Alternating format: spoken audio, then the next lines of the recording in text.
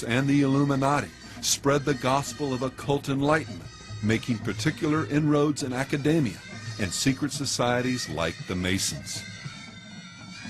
New drugs were introduced, along with the occult notion that they could be used to spark the fire of psychic enlightenment.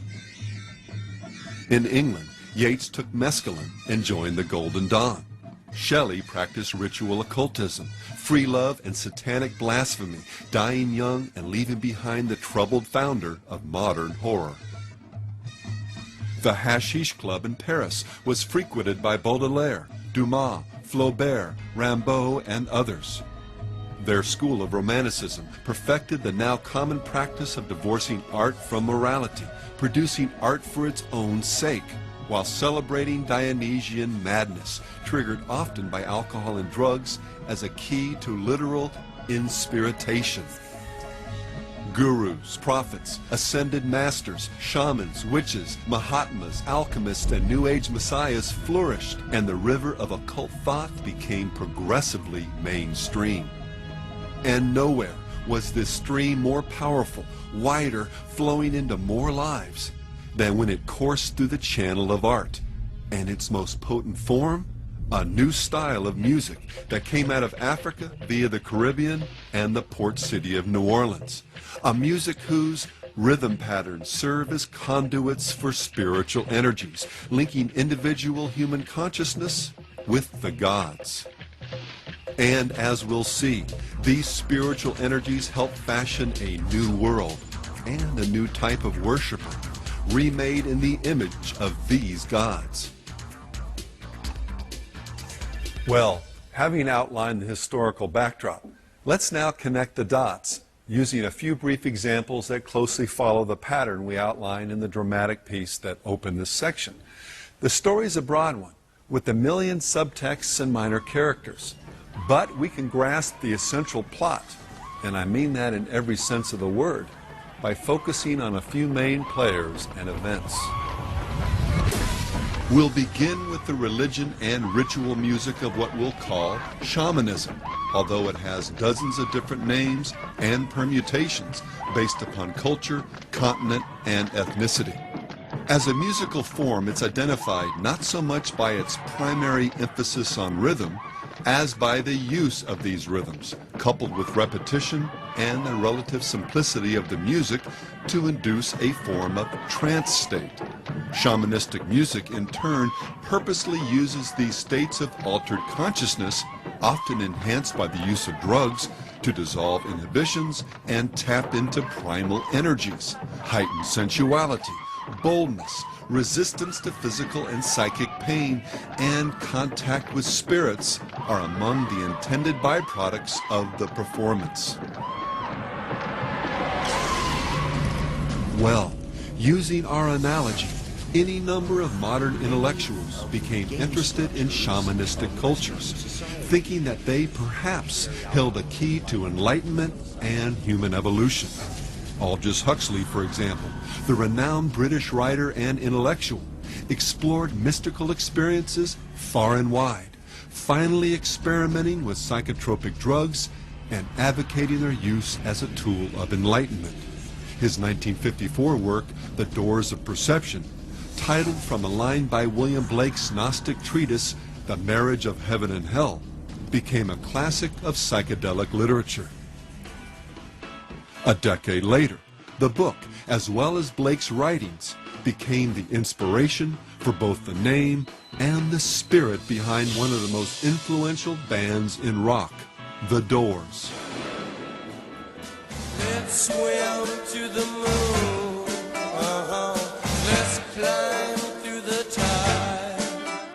Keyboardist Ray Manzarek explained, "At the time, we had been ingesting a lot of psychedelic chemicals, so the doors of perception were cleansed in our own minds, and we saw the music as a vehicle to, in a sense, become proselytizers of a new religion, a religion of self, of each man as God.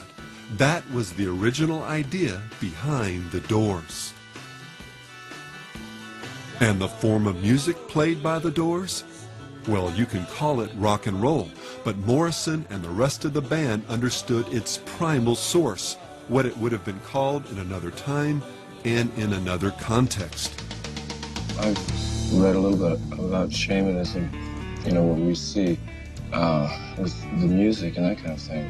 The shaman, in defining his role in society, he's just more interested in pursuing his own fantasies.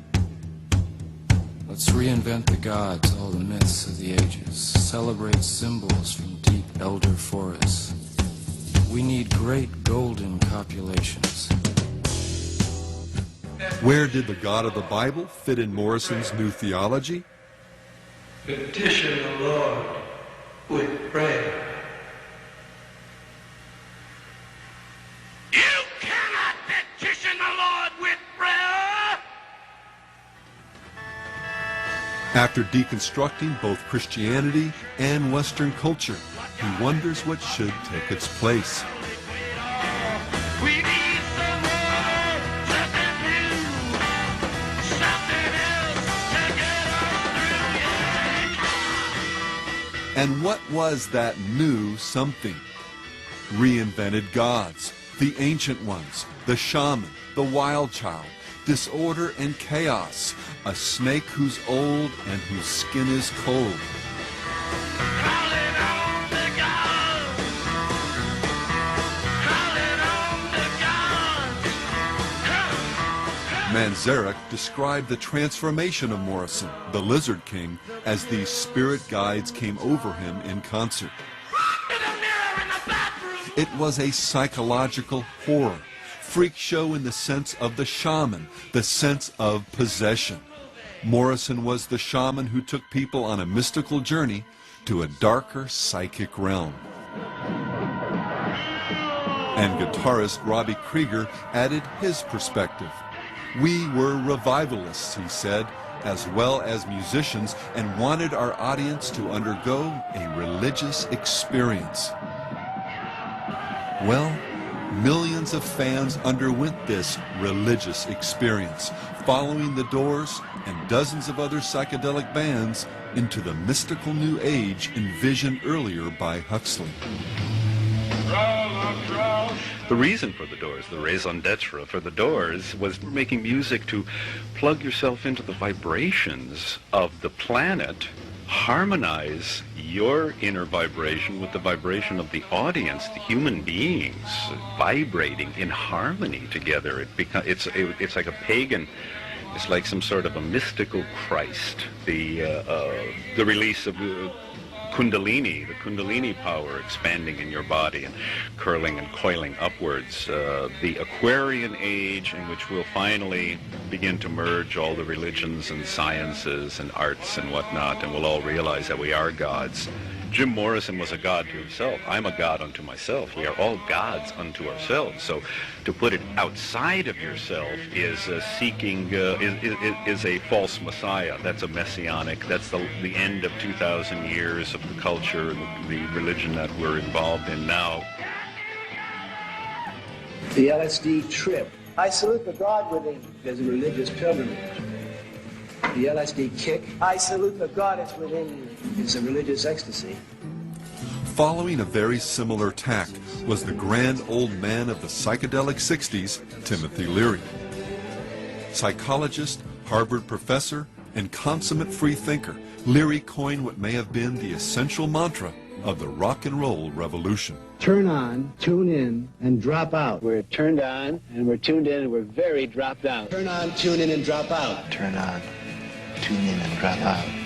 What I'm saying happens to be the oldest method of human wisdom. Look within, find your own divinity, detach yourself from social and material struggle.